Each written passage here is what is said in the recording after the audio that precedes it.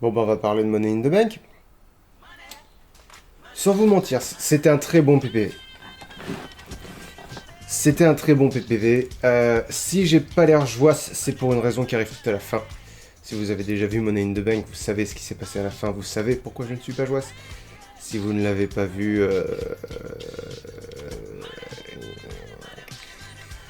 vous allez comprendre. Alors, cette fois-ci, je vais vous parler des matchs dans l'ordre de mon petit carnet sur lequel je prends mes notes pour, je prenais mes notes pour les stats et je continue de prendre mes notes parce que je continue même pas, je tiens pas mon tableur à jour, mais si jamais j'ai envie de tenir mon tableur à jour, je peux, j'ai des notes. Alors, le PPV a commencé avec le prix chaud, évidemment, comme tous les PPV, ce que je dis est nul.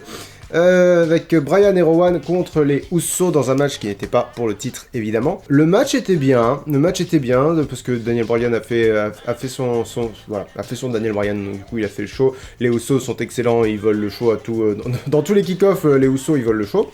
Je lui ai mis B c'est bien, bien, il n'y a pas excellent, il n'y a rien à ajouter, rien à enlever, c'était bien. Alors je savais pas, chérie, je te l'apprends peut-être. Je m'adresse à toi, je sais pas pourquoi je m'adresse à toi. Donc il y a la fille de 22 ans de Clown qui est un des membres de Slipknot. C'est le batteur, je crois, Clown. Ou un des deux batteurs, je sais plus exactement, ça fait longtemps que je me suis pas intéressé à Slipknot. Bref, sa fille de 22 ans est décédée et du coup Rowan portait un t-shirt Slipknot. C'est probablement un hommage. Après, il porte toujours des t-shirts de groupe de il porte toujours des t-shirts de groupe de métal, mais le fait d'avoir choisi Slipknot, à mon avis, c'était pas inconscient, quoi. C'était autant de soutien qu'il pouvait donner, étant donné que c'était un heel, donc du coup, il pouvait pas non plus... Voilà. Ensuite, le show principal, j'ai pas pris de notes concernant les différents spots, donc du coup ça va manquer, je suis désolé. Et je vais pas mettre de photos parce que ça prend du temps au montage, du temps que je préfère consacrer à la chaîne principale pour continuer de faire tourner la machine. Alors, le match Money in the Bank féminin, Naomi contre Carmella, contre Nikki Cross, contre Mandy Rose, contre Mermoon, contre Dana Brooke, contre Natalia, contre Bayley. Le match était pas bon. Le match en lui-même était pas folichon. Il était pas agressivement mauvais non plus. Dana Brooke s'est vachement améliorée, dans le sens où elle a eu plusieurs spots qui étaient pas évidents, et elle a pas fait de gros botches comme elle fait souvent. Donc ça c'est positif.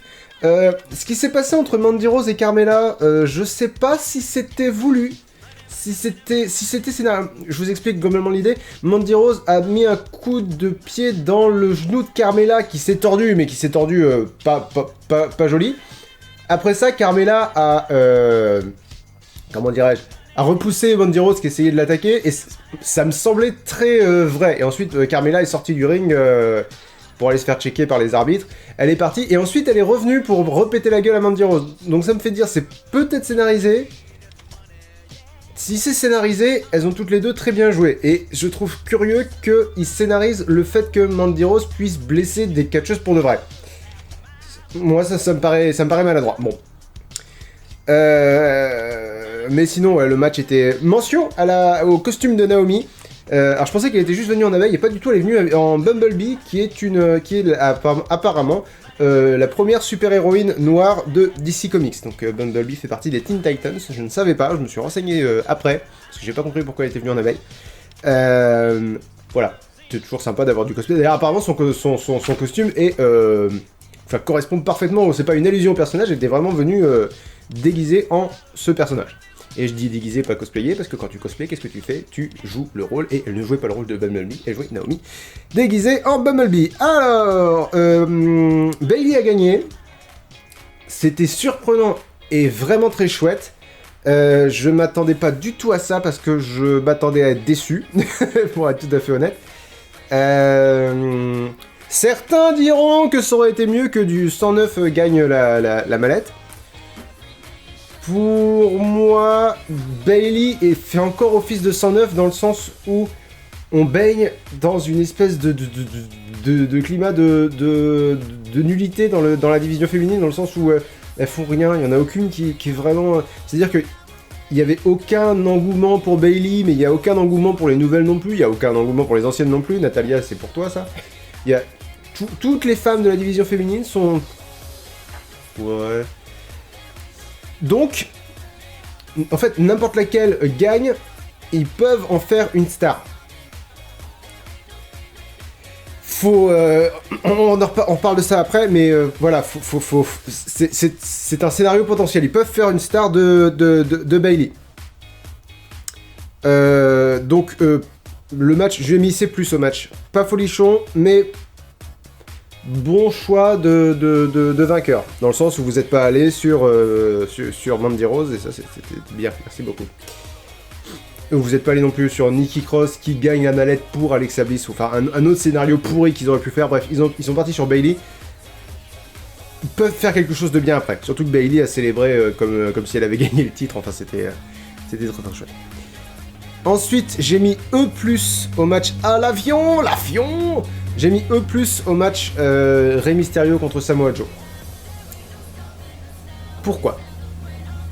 Alors, à l'évidence, il y a eu un problème de communication entre les deux et Samoa Joe s'est pris un vrai coup dans la gueule qui lui a ouvert la pommette et qui lui a fait saigner le nez. Je pense qu'il a eu... Il a eu il a eu un trauma facial assez conséquent, et du coup ils ont dû raccourcir le match. Et ça, je comprends parfaitement. Vraiment, j'ai aucun problème là-dessus. Là où j'ai un problème, c'est que quand l'arbitre a fait le tomber, Samoa Joe avait clairement une épaule, mais 1 mètre au-dessus du sol. C'est même pas possible. Bref, non mais Samoa Joe n'avait pas les 2 épaules rivées au sol. Quelle que soit la façon dont tu l'envisages, Samoa Joe n'avait pas. Et c'est le problème que j'ai avec ce truc-là. C'est que du coup, le match a été tellement court qu'il y avait que... Il y avait rien, quoi. Ils auraient pu... Étant donné que c'était court, fallait que ça soit parfait, quoi. Fallait que Rey Mysterio fasse une prise... Samoa Joe fait style, oh là là, je suis tellement... Et en fait, non, Samoa Joe pouvait pas faire je suis tellement KO. Mais ils auraient dû finir sur un petit paquet. Un petit paquet, hop, les épaules sont au sol, puis fini. Ça aurait pas été original, mais on aurait compris, il faut que vous fassiez vite. Le catch est un spectacle, le catch est scénarisé. Il faut qu'on y croit. Donc il y a un truc qui est primordial, qui est au-delà d'important. Il faut respecter les règles. Les règles d'un sport qui n'existe pas. Parce que si tu respectes même pas les fausses règles, qu'est-ce qu'on regarde exactement ? S'il peut se passer n'importe quoi, n'importe quand, on y reviendra. Qu'est-ce qu'on regarde ? Donc voilà, ça m'a vraiment saoulé. Sur le coup, ça m'a vraiment saoulé. Je me suis dit, faites le finish bien, quoi. Vous devez raccourcir le match, pas de problème, évidemment, bien sûr. Faites ça proprement. Putain de merde. Je comprends pas lequel... je sais pas lequel des deux a merdé, là, entre l'arbitre et Samoa Joe. Je pense que Samoa Joe... Peut-être que Samoa Joe envisageait qu'il pouvait continuer, je sais pas. Je sais pas du tout. Ensuite, apparemment ils ont un code entre eux en plus. Quand le catcheur regarde l'arbitre dans les yeux, c'est que le match continue. Quand le catcheur regarde dans le vide, c'est que l'arbitre peut compter jusqu'à 3. Donc normalement ils ont un code entre eux pour savoir s'ils doivent finir le match ou ne pas le finir. M'énerve. Ensuite le match The Miz contre Shane McMahon. J'ai mis B-. Il était...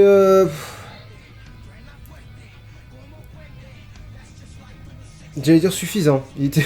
Voilà, il était... Il était pas fifou, il était pas... En fait, j'ai eu de ce match-là ce que je pensais avoir à WrestleMania, c'est-à-dire le maximum de ce que je puisse attendre d'un match avec Shane McMahon. Alors qu'à WrestleMania, j'ai eu peut-être le match de la soirée, un des 2 matchs de la soirée. Mon portable a vibré. Là, c'était bien. C'était voilà, le match était évidemment Shane McMahon a gagné de façon voilà, de façon moyenne. Évidemment, il y a eu un gros voilà, il y a eu un gros bump du haut de la cage. The Miz a joué son rôle très bien. Voilà, B-, ça veut dire le match a fait son taf. J'aurais peut-être aimé qu'il fasse un peu plus que son taf, c'est pour ça le moins, c'est... Et puis surtout, arrivé à ce moment-là de la soirée, j'étais un peu saoulé, si vous voulez, le Money in the Bank était pas terrible, le Rey Mysterio contre Samoa Joe était raté. Du coup, ce match-là, vu que j'en attendais quelque chose, déçu, quoi. Déçu de pas avoir... Déçu que Money in the Bank démarre pas, quoi. Et ensuite, il y a eu le match pour le titre Cruiserweight. Je lui ai mis C+. Pour une fois qu'ils mettent un match pour le titre Cruiserweight dans la carte principale, c'est Tony Nese contre Ariya Daivari. J'aime beaucoup Tony Nese. Je comprends plus son personnage. Autant quand il était heel, je comprenais très bien son personnage. Maintenant qu'il est face, je comprends plus du tout son personnage. Donc, heureusement, c'est un bon catcheur. Et il y a Ariya Daivari que je ne comprends pas. Je comprends pas l'engouement pour ce catcheur-là. C'est peut-être le fait que ce soit un brawler, comme ils disent, c'est-à-dire un bagarreur de rue, quoi. C'est peut-être ce style de catch auquel j'arrive pas auquel j'arrive pas à trouver d'intérêt vraiment. À l'échelle de 205 Live, c'était un match chiant, quoi. C'est-à-dire, c'est pas Buddy Murphy contre Mustafa Ali, quoi. Donc ouais, non, c'est plus parce que c'était bien par rapport aux autres. Enfin, Tony Nese, il est toujours très athlétique dans le ring, mais le match était pas bon, quoi. Enfin, le match était pas vraiment bon, il était là, quoi. Du coup, jusque-là, j'ai dit, ok, donc Money in the Bank sera pas un bon PPV, ça arrive. Et là-dessus arrive la deuxième moitié du PPV, qui commence par Becky Lynch contre Lacey Evans. On n'a pas dû voir le même show alors. Excusez-moi, alors c'est une private joke entre Sad Panda et moi, et Poppy du coup, et Camille, enfin bref, tout notre petit groupe qui regarde les PPV en même temps. C'est... Quoi ? Le crew, voilà. Souvent les gens sur Twitter, quand je dis que j'aime bien un PPV, genre, on n'a pas dû voir le même PPV. Et comme là, on me l'a resservi pour ce PPV là, j'ai commencé à dire putain, j'espère qu'on garde le même PPV parce que je m'éclate. Non, ça me fait rire. Ah, allez, vos gars maintenant. Becky Lynch contre Lacey Evans, je lui ai mis A-. Ça peut sembler beaucoup, je vais vous expliquer pourquoi A-. Premièrement, Lacey Evans a pas du tout démérité. J'avais peur qu'elle fasse... Parce que Lacey Evans, elle est pas mauvaise, mais elle fait toujours ses botches au pire moment. C'est-à-dire, sa performance au Royal Rumble était vachement bien. Mais ça a commencé sur un saut carpé raté. Et elle a raté un autre truc juste avant. Bref, elle a commencé sa participation au Royal Rumble quand elles étaient que 2 dans le ring. Et elle a foiré 2 trucs. Tout le reste après c'était bien, mais les gens ont retenu que ces 2 trucs-là. Et je peux pas leur en vouloir. Et alors son match contre Natalya à Raw ensuite, elle a raté sa prise de finition. Elle a raté son moonsault. Elle a atterri les genoux les premiers dans le bide de Natalya. Pas conseillé. Donc voilà, là, il n'y a pas eu de gros botch. Il y en a eu un qui était pas vraiment un botch, qui était plus un petit farfouillon. Mais c'était pas... ça a pas diminué vraiment beaucoup le match. Et surtout... Vous allez voir quand on parlera des championnats, des matchs pour les championnats mondiaux masculins. Il y a 2 types de matchs que je trouve vraiment très bons. Il y a les matchs qui sont très bons en termes techniques et il y a les matchs de personnages. C'est-à-dire, par exemple, la plupart des affrontements entre Kane et Undertaker n'ont jamais été des masterclass techniques. Par contre, en termes de personnages, c'était très fort. T'avais une dynamique entre deux personnages, quoi, deux personnages écrits qui s'affrontaient, pour faire un parallèle avec Star Wars, si vous voulez. Mauvais exemple parallèle Star Wars, parce que Star Wars c'est que des combats de personnages, c'est-à-dire dans les combats Star Wars, le dialogue est aussi important que la chorégraphie du combat. C'est le dialogue en fait, le combat. Dans la plupart des duels au sabre laser Star Wars. Je vous parle de ça parce que pour moi, Becky Lynch contre Lacey Evans, c'était un très bon match de personnages.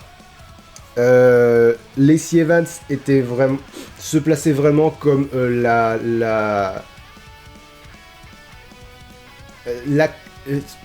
dit classy, mais en vrai elle est pas classy, elle est méprisante. Elle est méprisante envers ceux qui n'essayent pas d'être cette espèce d'image d'Épinal, je crois que c'est ça qu'on dit, je suis vraiment pas sûr, je sais pas que j'emploie des mots que je connais pas. Voilà, je vais dire image d'Épinal, tant pis si c'est pas ça, de la femme parfaite, de la lady, quoi. Et Becky Lynch est à milieu de ça. Et c'est ça que je trouve vraiment génial, c'est que t'as vraiment The Man contre The Lady, et ils ont vachement bien joué là-dessus. J'ai trouvé le match très bien construit à ce niveau-là. Mais Lacey Evans, c'est pour ça que j'adore son personnage, c'est qu'elle est... elle fait très classe, elle fait très précieuse comme ça. Et à côté de ça, c'est une véritable ordure, quoi. c'est une grosse connasse. Et son personnage, évidemment. Et du coup, vraiment, j'adore. Vraiment, j'adore ce jeu-là. Que Becky Lynch, elle est pas avec le gros accent irlandais, avec les fringues en cuir à la Kill Bill. Elle fait pas cliché de femme, j'ai envie de dire. Elle fait pas femme, c'est n'importe quoi de dire ça, mais enfin on s'est compris. Elle fait pas cliché de femme. Elle fait pas cliché de femme classe, quoi. Elle fait l'inverse de Lacey Evans, mais elle a des valeurs ancrées en elle, quoi. Bref, j'ai vraiment adoré l'opposition des deux personnages. J'ai adoré les fringues de Lacey Evans. J'ai adoré le coup qu'elle arrive avec des flingues, parce que ça rappelle qu'à la base, son personnage c'est quand même lié au fait qu'elle a été Marines. Elle arrivait avec des pistolets habillés, avec des billets avec sa tronche dessus. Enfin, ça correspond en plus à la gimmick Money in the Bank. J'ai beaucoup aimé ce match. Becky Lynch a gagné, tant mieux, elle est toujours championne d'Euro. Comment il s'organise? Une superstar de SmackDown et championne d'Euro, mais spoiler, n'est plus championne de SmackDown. Comment tu fais? Tu te démerdes. Bref.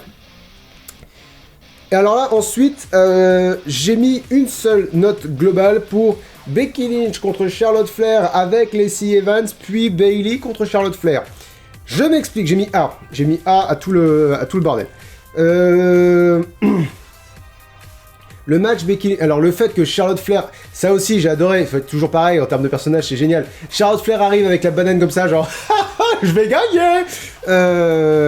Enfin voilà, l'arrogance de Charlotte Flair comme d'habitude. Et en passant devant Becky Lynch, elle lui fait un grand sourire, genre... Allez, vas-y, manie ton cul. Et Becky Lynch, elle sourit, genre... C'est ce genre de défi que j'adore. Et voilà. Et... Bref, c'est pour ça que j'étais à fond dedans, c'est parce qu'en termes de personnage, c'était génial tout ça. Et j'aime aussi le fait que... En fait, j'aime beaucoup le final de ce match-là, c'est-à-dire Lacey Evans est revenue, a mis une woman's right, c'est sa prise de finition, c'est un coup de poing, c'est une droite dans la gueule, a mis une woman's right dans la tronche de Becky Lynch quand l'arbitre regardait pas. Et ce que j'ai aimé, c'est que Charlotte Flair est partie sur le tombé direct, je crois, et elle a pas réussi à faire le tomber directement. C'est-à-dire que la prise de finition de Becky Lynch, de Lacey Evans, n'a pas suffi à achever Becky Lynch. Alors qu'elle venait d'avoir un match. Bref, Becky Lynch reste hyper forte dans sa défaite. Il a fallu que Charlotte Flair lui fasse encore une autre prise derrière, je sais plus si c'est un big boot ou une natural selection, je sais plus. Il a fallu qu'elle lui refasse une prise derrière pour pouvoir lui river les épaules au sol. Donc voilà, j'ai vraiment trouvé ça vachement bien. Et ensuite, Charlotte Flair et Lacey Evans se sont alliés pour finir ce qui restait de Becky Lynch. Enfin non, Becky Lynch s'est énervée et a voulu agresser Lacey Evans pour lui avoir coûté la victoire contre Charlotte Flair. Quand je pense qu'il y a des gens qui disent ils ont refait exactement la même chose que l'année dernière. Tu l'as dit à un moment, quoi. Je l'ai dit ça? À un moment, oui. J'ai dit avant le match, ils peuvent pas faire... ça m'étonnerait beaucoup qu'ils fassent encaisser la mallette de celui ou celle qui gagne le soir même, parce que ça ferait le même scénario que l'année dernière. Ouais. Qu'est-ce qui s'est passé l'année dernière? Une méchante, mais oui, voilà, une petite peste arrogante a décroché la mallette, s'en est servi pendant le match de championnat pour, alors que les deux, la championne et sa challenger étaient toutes les deux pratiquement HS, elle a agressé les deux avec sa mallette, a éliminé la challenger et ensuite encaissé sur la championne qui était face pour l'achever. Est-ce que c'est ce qu'on a eu cette fois-ci? C'est ça que j'avais peur qu'il se répète. Oui, bien sûr. Mais moi, ce dont j'avais peur, pardon, c'était que Mandy Rose gagne la mallette, ou enfin Mandy Rose ou n'importe quel autre heel dans le match féminin. Mandy Rose gagne la galette, voilà, tant pis. Gagne la galette. Magne la galette, c'est important, c'est comme ça qu'on dit en breton. Mandy Rose magne la galette et encaisse à la fin du match, mettons Becky Lynch contre Charlotte Flair pour pouvoir vaincre Becky Lynch. Ça aurait été la même chose que l'année dernière. Là, on a eu un scénario mais incroyablement différent. Le seul point commun, c'est que celle qui a gagné la mallette a encaissé le soir même. C'est littéralement, c'est-à-dire qu'il y a autant de points communs entre l'année dernière et cette année en termes en termes de scénario que entre l'année dernière et cette année dans le match de Seth Rollins. Seth Rollins avait un championnat, il l'a gagné. Enfin, il l'a gardé. Voilà, c'est quoi?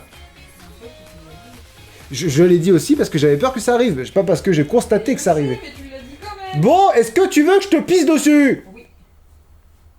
Becky Lynch agresse Lacey Evans. Lacey Evans et Charlotte Flair se maîtrisent Becky Lynch, évidemment, elles sont à deux. Pourquoi Bayley intervient? Bayley n'intervient pas pour encaisser sa mallette. Bayley intervient pour aider Becky Lynch parce que c'est injuste, parce que Bayley est quelqu'un de... Voilà, Bayley est quelqu'un de positif. Elle voit son ami en train de se faire agresser, elle intervient. Et là encore, pas la même histoire. Bayley intervient et finit à terre. Elle se prend... Je crois qu'elle se prend un spear, je sais plus exactement. Mais elle se prend une prise de Charlotte Flair. Et alors que Charlotte Flair veut refaire sa prise, Bayley parvient à l'esquiver, Charlotte Flair fait un spear dans le coin.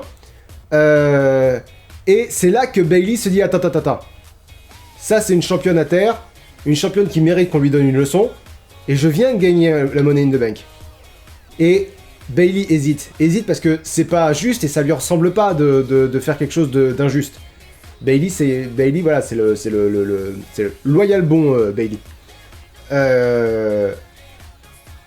Et il y a ce moment où elle se dit non mais elle était en train d'agresser Becky Lynch, je l'emmerde, je prends ma mallette, j'encaisse ma mallette et Bayley gagne le championnat de SmackDown. Excellente chose, excellent scénario, très bien travaillé. Le truc, bande de babouins, le truc qu'il va falloir faire maintenant, vous avez élevé Bayley au rang de Charlotte Flair, Becky Lynch, Ronda Rousey. Il y a une très forte. Je traite pas les gens de babouins, je traite les auteurs de la WWE de babouins. Pourquoi? Je vais développer. Mais pourquoi un babouin? Pourquoi un babouin? Parce que ça, il y a une allitération avec bande. Bande de babouins. Si j'avais dit espèce, j'aurais dit espèce de serpent. Mais c'est moins bien. J'aurais dit babouche aussi. Bande de babouches si vous préférez, ou bande de Playmobil, comme vous voulez. Bon, bref. Maintenant, ce qu'il va falloir faire, c'est que Bayley, vous l'avez élevé au rang de Becky Lynch, Charlotte Flair, Ronda Rousey. Faites pas une Asuka, il va falloir la maintenir à ce niveau. Charlotte Flair va avoir son match retour. Évidemment, Charlotte Flair va avoir son match retour. Parce qu'il n'y a plus de match retour, mais Charlotte Flair a tous les passes droits, on a bien compris. Parce que c'est son personnage, c'est bien. Tant que ça reste cohérent, c'est bien. Faites gagner Bayley. Faites gagner Bayley à la loyale contre Charlotte Flair. C'est bien en plus parce que Bayley a été vaincu par Becky Lynch à SmackDown. Donc ça aurait pas été très crédible que Bayley affronte Becky Lynch et gagne cette fois-ci. Bayley n'a pas affronté Charlotte Flair récemment, sauf erreur de ma part. Faites-les s'affronter et faites que Bayley gagne. Elle aura un vrai statut de championne, une vraie aura de championne, et vous pourrez redorer le blason du championnat de SmackDown qui a beaucoup perdu à cause du règne d'Asuka que vous n'avez pas suggéré. Bref, ça peut être le point de départ de quelque chose de très bon. Ne le foirez pas par pitié. Ensuite, Roman Reigns contre Elias. Je lui ai mis B. Pourquoi? Alors la plupart des gens, j'ai vu beaucoup de gens, le match Elias. Alors, parce que les gens dans ma tête ils ont cette voix-là sur Twitter. C'est quoi un match de Roman Reigns par défaut dans un PPV?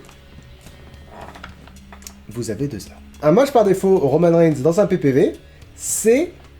Roman Reigns se fait rest holder la gueule pendant 90% du match.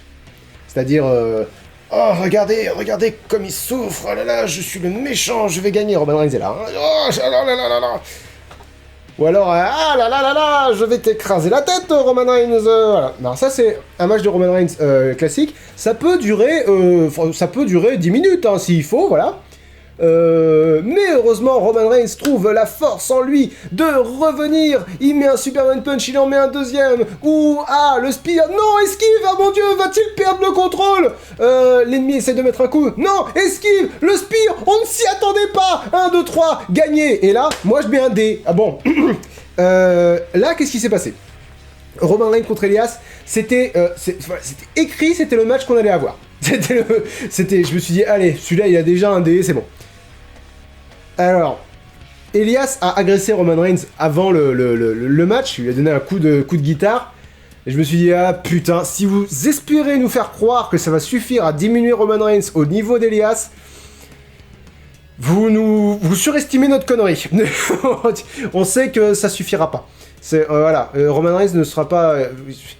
vous n'arriverez pas à faire de Roman Reigns un underdog. Plus maintenant, vous l'avez fait battre Drew McIntyre, vous l'avez fait battre absolument tout le monde depuis qu'il est revenu. Roman Reigns n'est pas au niveau d'Elias et c'est pas une petite agression qui va faire ça. Elias est arrivé sur le ring, a fait son discours habituel, votre vie elle a plus du cul, merci à tous, je vous aime pas, et il était en train de partir. Roman Reigns est arrivé, Superman Punch, et là il y avait une espèce de vitalité, ça allait super vite, je me suis dit c'est cool. Il a fait aller sur le ring, la cloche a sonné, Spear, 1, 2, 3, victoire de Roman Reigns. Parfait, c'est comme ça qu'il fallait le faire. Vous pouviez pas faire mieux. Dans le sens où Roman Reigns n'est pas spécialement équipé pour les matchs longs et techniques. Elias non plus. Le point fort de Roman Reigns, c'est l'impact. Le point fort d'Elias, c'est le micro. Vous avez exploité les deux à leur potentiel, à ce qu'ils peuvent faire. Ben voilà, B. Bien joué. C'est ce qu'il fallait faire. Ensuite... ensuite on a les 2 masterclass de la soirée. Seth Rollins contre AJ Styles. J'ai mis A+, sans aucune hésitation, sans aucun regret. Incroyable. C'était un match niveau NXT. Ce match aurait été dans un takeover, il aurait pas juré avec le reste. C'était incroyable. Il y avait moyen de douter parce que généralement quand ils font des dream match, ils les foirent complètement. Je pense à AJ Styles Nakamura, toutes les itérations d'AJ Styles Nakamura qu'on a eu l'année dernière, ou vraiment Samoa Joe Brock Lesnar il y a 2 ans. Là non, voilà, Seth Rollins contre AJ Styles, ça fait partie des matchs, tu vois pas comment ils peuvent le rater, mais ils vont le rater. Eh ben ils l'ont pas raté, du tout. Le match était hyper prenant. J'ai pas pris de notes, je suis désolé, je me rappelle pas de tous les spots. Et je vais même pas essayer de faire l'effort de me rappeler de certains spots, je peux juste vous dire, regardez ce match. Il était vraiment excellent. Le vainqueur était pas du tout sûr d'avance. Il y a eu... vous voyez ce que j'opposais match parfait techniquement et match parfait entre des personnages. Là, on avait un match parfait techniquement. Entre les personnages, c'était un peu... Il y avait un petit truc de personnage, c'était que AJ Styles pouvait passer heel, pouvait faire un heel turn. Il fronçait bien les sourcils, il était pas... mais c'était pas assez pour raconter une vraie histoire, si vous voulez. On sent bien que c'est pas... À mon avis, c'est pas une rivalité qui va s'éterniser. À mon avis, c'est presque comme si Seth Rollins allait avoir un autre challenger bientôt. Le match était techniquement parfait. Voilà. Enfin, techniquement parfait. Évidemment, aucun match n'est techniquement parfait. Le match était une masterclass technique. Voilà. Faut le voir, il était vraiment très très bon. Ensuite, Lars Sullivan... Non, pardon. Ensuite, Lucha House... L'équipe de Luchador, la Lucha House Party, est arrivée sur le ring. Ils avaient pas de match. Qu'est-ce qu'ils venaient faire? Bonjour, nous sommes mexicains. Je sais pas. Et là-dessus arrive Lars Sullivan et il défonce la Lucha House Party. J'ai mis C+ à ce petit segment mignon. C'est parce que Lars Sullivan, bon, c'est bien. On commence à comprendre, si vous voulez, que Lars Sullivan détruit tout le monde. Est-ce que la Lucha House Party c'était une bonne idée? Je vous explique le contexte. Lars Sullivan a eu 100 000 € d'amende pour avoir posté il y a 9 ans des propos vraiment nuls sur un forum de bodybuilding. Des propos racistes, homophobes, diminuant les Est-ce que le terme politiquement correct c'est handicapés mentaux ou on a quelque chose de mieux que ça? Ouais, voilà, enfin les gens qui sont atteints d'un handicap mental si vous préférez, bref. La formule qui ne vous offusque pas. Bref, et du coup, Lars Sullivan a présenté des excuses publiques, il a présenté des excuses personnelles envers tous les ressortissants enfin tous les... oh merde, tous les noirs du roster.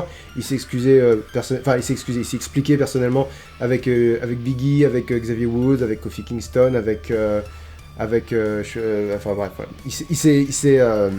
Il a expliqué que c'était il y a 9 ans, il a évolué depuis, bref. Et puis il va payer 100 000 € d'amende, bref, la justice est passée par là, le personnel est passé par là. Est-ce que l'envoyer contre des Mexicains, c'était le bon plan?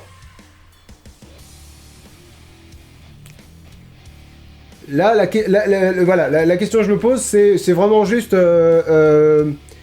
est-ce qu'on fait vraiment comme si rien n'avait existé, ou est-ce qu'on se dit pas, ça a existé, donc peut-être on se calme? C'est vraiment la seule question que je me pose. Je suis pas sûr qu'il y ait une réponse à cette question. Personnellement, je suis pas offusqué. Personnellement, je suis blanc. Donc, j'ai aucun... Voilà, je suis pas du tout... Mon avis en la matière vaut rien, je me pose la question seulement. Ensuite, nous avons Kofi Kingston contre Kevin Owens. Et là, on a eu j'ai mis A+ aussi. Techniquement, il était beaucoup moins bon que Seth Rollins contre AJ Styles. En termes de personnage, il était nettement au-dessus. C'est-à-dire qu'on avait Kofi Kingston qui ne perd pas. En fait, Kofi Kingston, son personnage, c'est que il va chercher jusqu'au dernier bout de vie qu'il a en lui pour ne pas perdre. Kofi Kingston, son truc, c'est les tombées de 2,99, c'est-à-dire l'arbitre compte jusqu'à 2, et juste avant 3, il s'en sort au dernier moment. Et Kevin Owens, son personnage, c'est la colère. Kevin Owens, son personnage, c'est... je vais te détruire parce que je ne supporte pas l'idée que t'existes. Dans le ring, son personnage, c'est ça. Dans les promos, c'est un peu moins ça, mais dans le ring, c'est le hamster le plus en colère que t'as jamais vu. Il y a notamment un moment où Kevin Owens se tourne vers le public et dit « Fermez vos gueules !» T'as le public qui se lève et qui dit « Mais tu vois toute une vague du public qui se lève en même temps pour lui dire « Voilà, il est bon à ce point-là. Kofi Kingston fonctionne vachement bien en champion de la WWE. Je ravale tout ce que j'ai pu dire sur lui. Je pensais que que c'était... Kofi Kingston, c'était le tiers le moins passionnant du New Day. Je pense toujours que c'est le tiers le moins passionnant du New Day, mais en tant que champion, il fonctionne vachement bien. D'ailleurs, voilà, comme si j'avais besoin d'une preuve, Biggie a été blessé, c'est pas une bonne chose évidemment, mais un des effets secondaires positifs un des effets collatéraux, on va dire, du fait que Biggie est absent, c'est que il y a plus que Xavier Woods et en plus l'histoire de Kevin Owens, c'était sans le New Day, tu ne vaux rien. Ils ont booké ça à la perfection. Quand il faut quelque chose de bien, faut le dire aussi. Ils ont trouvé que Kofi Kingston n'est pas que le membre du New Day qui est rigolo, mais moins que les deux autres. Ils ont prouvé que Kofi Kingston est aussi un personnage qui se défend au micro, qui est très très bon au micro. Je pensais qu'il était moins bon que les deux autres parce qu'en fait les deux autres le laissent moins parler et il est moins flamboyant si vous voulez que les deux autres, mais il est très bon quoi. Il est très bon, son règne est vraiment cool. J'espère qu'il va durer encore un peu parce que ouais non il la porte bien cette ceinture. Il y a pas à tortiller. C'est un bon champion. Et ce match était très bon. Beaucoup de prises de finition qui ont donné lieu à des moments de suspense très forts. Kofi s'est sorti je sais pas s'il s'est sorti d'un pop-up powerbomb. Je sais qu'il s'est sorti d'un stunner. Et nous avons le main event.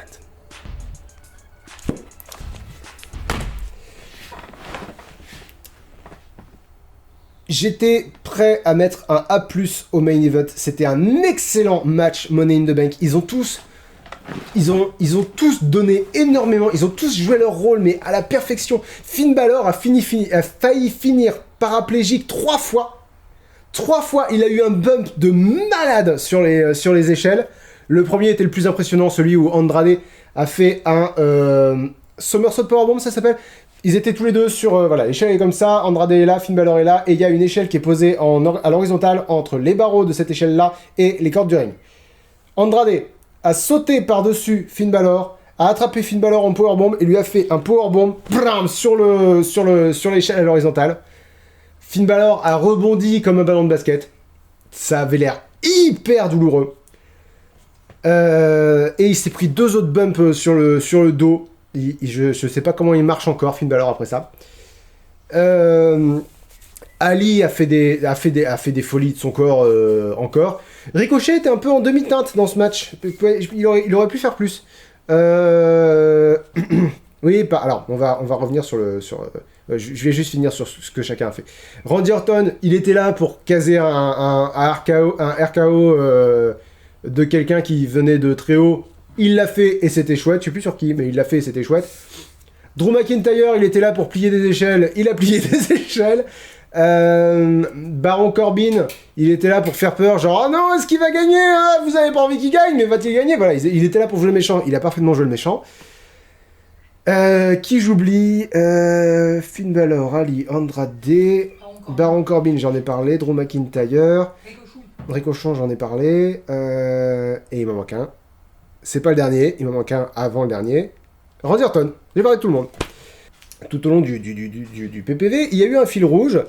Sami Zayn va voir Triple H pour lui dire dis donc, peut-être que je devrais m'organiser une protection parce que j'ai peur que Braun Strowman il me pète la gueule. Parce que Sami Zayn a gagné le spot de Braun Strowman dans le match Money in the Bank à Raw la semaine dernière.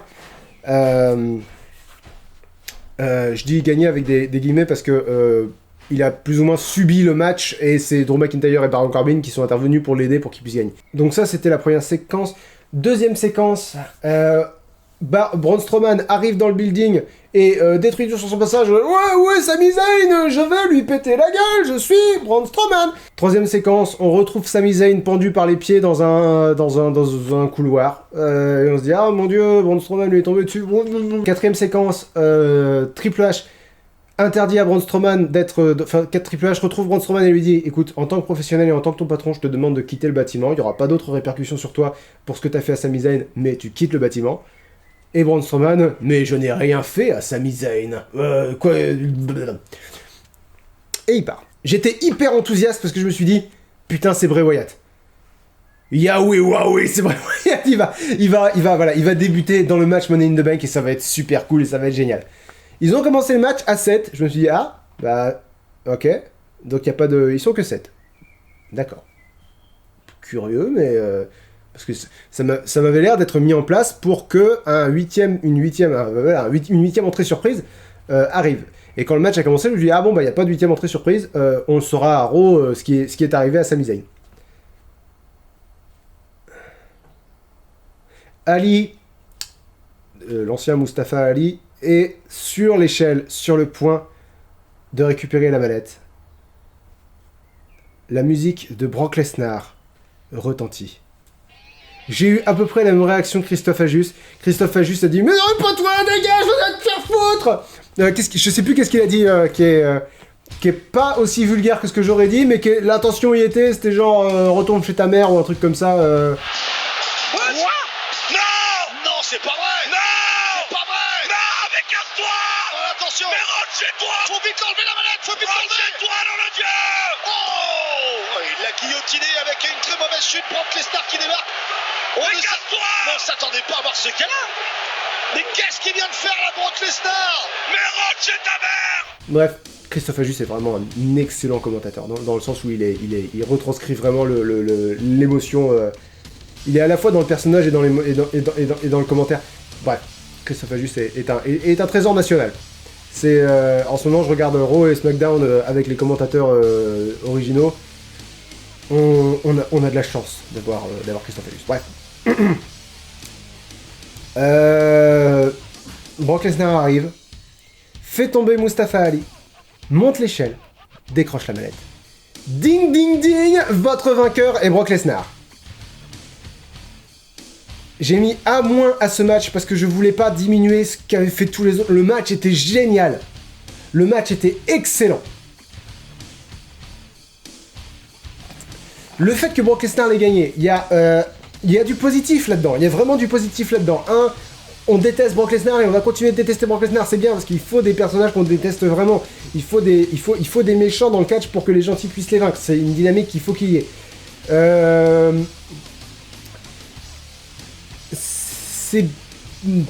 C'est bien aussi d'avoir gardé la surprise.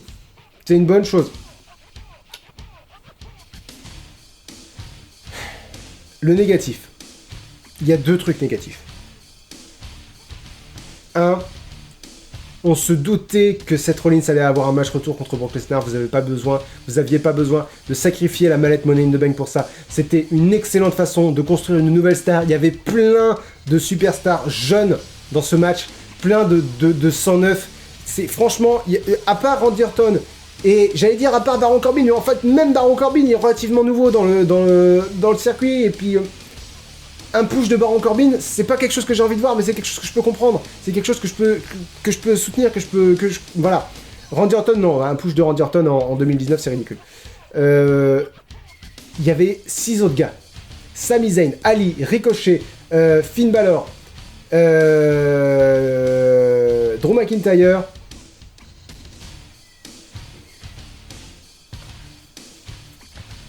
et un 6ème. 6 autres gars. Il y avait 6 autres gars que vous auriez pu pusher et qui le méritaient. Tous le méritent. M'énerve beaucoup.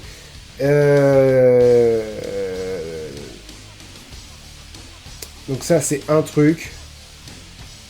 On sait que Brock Lesnar va affronter Seth Rollins au show d'Arabie Saoudite. Il y avait pas besoin de la mallette, il y avait juste besoin de dire c'est Brock Lesnar, il fait ce qu'il veut. C'est voilà. Bref, du coup la mallette est sacrifiée cette année encore. C'est d'autant plus pénible que j'ai repris le catch il y a 2 ans. J'ai repris la WWE il y a 2 ans. Et ça fait 2 ans que c'est de la merde. C'est le Money in the Bank, c'est de la... Enfin, la personne qui gagne la mallette... Heureusement, il y a les femmes, et les femmes, jusque-là, c'est plutôt bien. Parce que sinon, c'est cacaboudin, quoi. La mallette Money in the Bank. Il y a 2 ans, c'était... il y a 2 ans... alors, j'étais là quand Baron Corbin a encaissé contre Jinder Mahal. Et a donc perdu. Et l'année dernière, c'était Braun Strowman qui a perdu contre... Ouais, ça nous fait une super transition pour mon deuxième point. Mon deuxième point de désapprobation de ce match. Je parlais des règles. Des matchs. Quand la cloche fait ding ding ding, le match a commencé, tu ne peux pas t'inviter dans le... Même si t'es Brock Lesnar, tu peux pas arriver dans le match après que le match ait commencé et dire « Oh, je faisais partie du match depuis le début !» De la même façon, espèce de grosse tâche de... Au moins, ça fait réagir, tu vois, ça c'est positif. J'ai réagi pendant le truc, j'ai pris mon carnet, je l'ai lancé, voilà. Mais c'est bien, parce que ça m'implique émotionnellement, c'est une bonne chose. Le truc qui est mauvais, c'est que... si je peux pas croire aux règles des matchs, qu'est-ce que je regarde ? Si les commentateurs avaient dit depuis le départ, il doit y avoir un 8e homme, les matchs Money in the Bank sont forcément constitués de 8 personnes, il y a une 8e personne qui est dans ce match, pourquoi n'a-t-elle pas encore fait son entrée ? Une ligne comme ça, un truc qui nous explique, qui met du sens. Quand tout est faux, quand tout est scénarisé, quand tout est construit, il faut un sens. Sinon, c'est du vent. Et ça, c'est pas quelque chose que... Voilà, là, ma réaction, elle est pas saine, si vous voulez. C'est la différence entre un méchant comme... bah tiens, on va prendre un exemple de Game of Thrones. Mettons le Roi de la Nuit. Le Roi de la Nuit, c'est un personnage... Pour ceux qui ne suivent pas Game of Thrones, j'explique vite fait. Le Roi de la Nuit, c'est un personnage... je suis pas Game of Thrones moi-même, donc je dis peut-être des conneries. Le Roi de la Nuit, c'est un personnage mort-vivant, si j'ai bien suivi, qui a une armée de morts. Il a un certain nombre de faiblesses. C'est un peu comme Superman, ses faiblesses sont définies. Alors, de tête, il y a l'acier valérien et le feu et peut-être d'autres. Bref. Mais voilà, il a un nombre de faiblesses. Jon Snow peut pas arriver avec un bazooka et dire finalement, t'as 3 faiblesses. Voilà, non, ça ne marche pas. Tu peux pas niquer les règles du jeu. Sinon, rien n'a de sens. Et ben voilà, là c'est ce qui s'est passé, et c'est pour ça que j'étais énervé. C'est genre... à la limite, un truc qui m'aurait énervé mais qui aurait eu du sens, Brock Lesnar arrive, monte l'échelle, prend la mallette, et se barre. Et là, l'arbitre, bah, on est obligé de déclarer forfait, il n'y a plus de mallette. On peut pas continuer le match. Ça aurait été con parce qu'ils auraient pu mettre n'importe quoi d'autre, mais ça aurait eu du sens. Que là, Brock Lesnar a décroché la mallette et ting ting ting, et le vainqueur est Brock Lesnar. C'est ça qui m'a énervé, c'est le fait que la cloche sonne à la fin pour célébrer la victoire d'un gars qui n'était pas dans le match. De la même façon que l'année dernière, Brock Lesnar, ça fait deux fois qu'il crache un Money in the Bank sans putain d'enculé de merde de Brock Lesnar. Brock Lesnar l'année dernière est intervenu à la fin de Hell in a Cell pour tabasser Braun Strowman et Roman Reigns qui étaient en train de se battre pour le titre universel, et le match a été déclaré sans vainqueur. Il y a eu une double disqualification. Dans un match où il n'y a pas de disqualification. Ça fait 2 fois que les règles s'adaptent à Brock Lesnar. Ça ne marche pas comme ça. Il faut du sens, il faut... Le PPV était très bien. Faut pas juger sur... et après, il y a plein de cons... je vais aller voir All Elite Wrestling, alors. Vas-y, étaler ta connerie ailleurs. Tu vas pas voir All Elite Wrestling par punition de la WWE, t'y vas parce que c'est... Je sais plus quel catch, je crois que c'est Lance Storm qui a dit sur Twitter... Si t'es pas un sombre demeuré, tu souhaites que les deux fédérations fonctionnent très bien.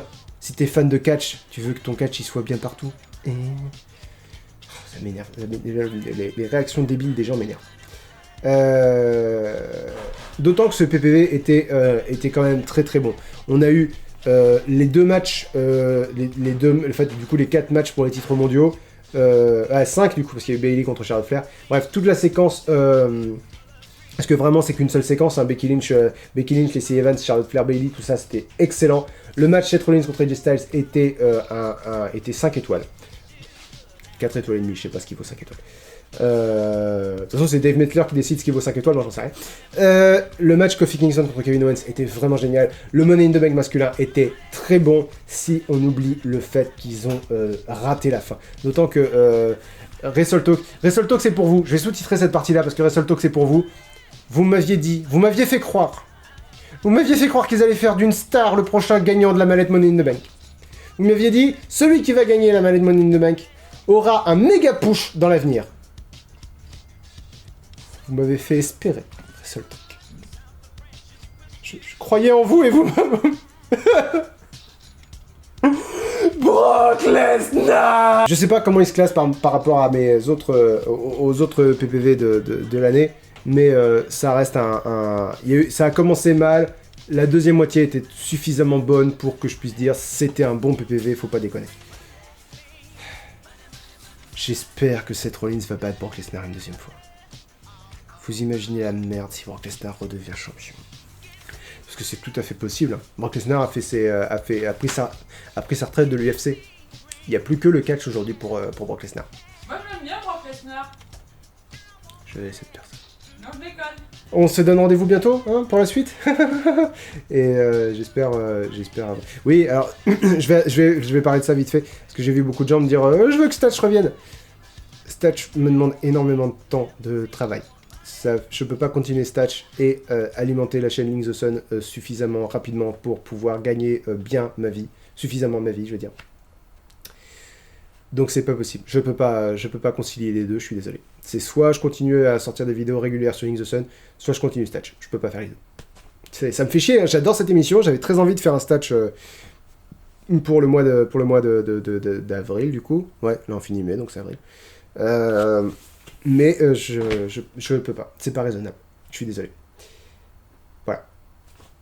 C'est pas négociable parce que c'est pas quelque chose que je peux, voilà, c'est pas une volonté de ma part, c'est pas un choix de cœur, c'est vraiment juste en termes de temps, je ne peux pas. Bon. On se donne rendez-vous de toute façon très bientôt pour la suite de mes vidéos. Je suis en train de travailler sur une parenthèse et après ça, il y a un point culture sur lequel j'ai commencé à travailler aussi. Un gros point culture, vous allez beaucoup l'aimer celui-là, je pense. Et c'est pas un tease de merde, je pense que c'est un point culture qui m'a été souvent réclamé, donc je pense que c'est le genre de point culture qui est à la fois drôle et intéressant, vous allez voir. Bisous à tous du coup, et bonne fin de journée.